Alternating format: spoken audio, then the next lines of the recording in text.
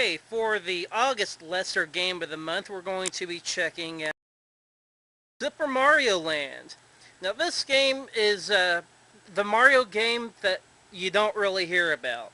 Everyone always talks about Mario 1, Mario 2, Mario 3, Mario World, but the Game Boy Mario games don't really get a lot of people talking about them, which is because these Mario games really stand the test of time. They're just as fun to play today as Mario 1, 2, and 3. So let's pop it in and check it out. Okay, we're going to be playing this one on the Super Game Boy, that way you can kind of see what's going on.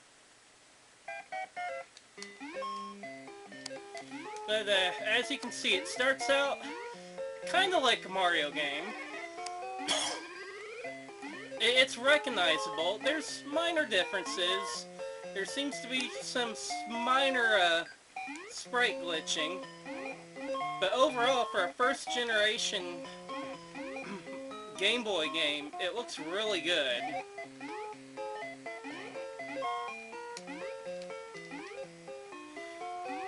There's really not too much I can really say about it, other than the fact that obviously it compares really favorably to the other Mario games in the NES.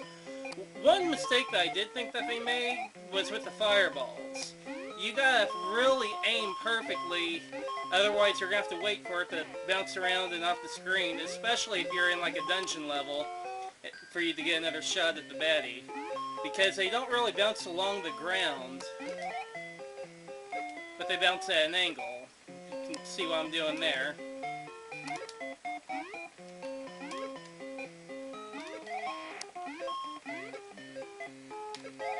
The game only lets you fire one fireball at a time. So if you miss, you're going to be waiting a while before you hit them again.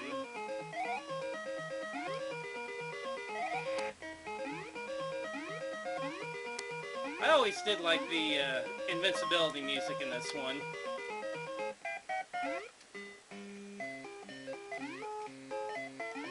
And then at the end of the level you get two doors. If you go to the bottom one, you beat the level. If you go to the top one, you get the bonus stage, along with obviously beating the level.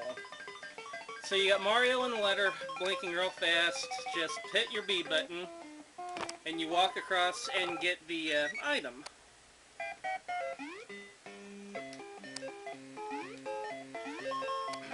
Now, I really enjoy playing this one on Super Game Boy quite a bit because you can change your button controls. But on top of that, you can go in and change your color scheme. So if you want Mario to be a bit more red, go for it. If you want the original Game Boy look, you can go for that. If you want some kind of quasi-night vision thing, you can go for that.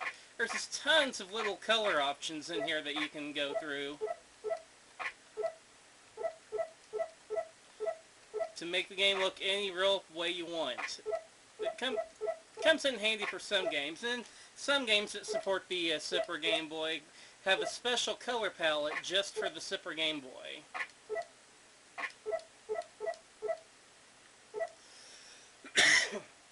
Now, on top of that, there's other options in this thing that come in real handy. The controller options, of course. You can also change the bezel that goes around the screen as well.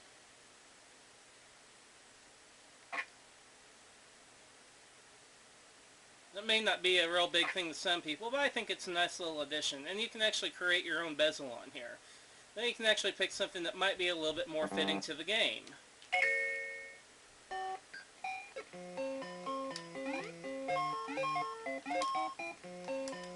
So, overall, this game compares favorably to Mario 1. As a matter of fact, if I had to choose between Mario 2 and Mario Land, I'd probably choose Mario Land, just because it seems more faithful. Now, I'm not saying Mario 2 is a bad game by any means. However, Mario Land has a more faithful feel to the original Mario Brothers that you never really saw again. Even in Mario 3, you never really saw that Mario 1 feel again that was in that first game.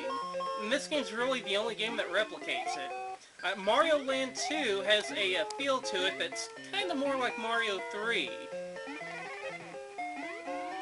So it's really nice to have another game that has that feel that Mario 1 had. I mean, this is all we had up until the Lost levels came out.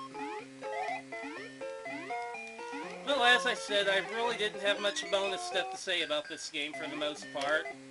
I just want y'all to try it out. I mean, it's one of those forgotten Mario games that no one ever really mentions. So, get the ROM or pull out your old Game Boy and give it a shot. We'll see you next time.